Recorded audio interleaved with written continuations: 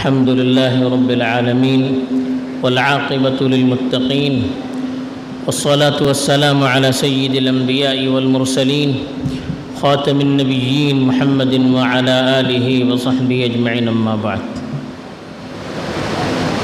میرے دینی اور ایمانی بھائیوں، بزرگوں اور دوستوں،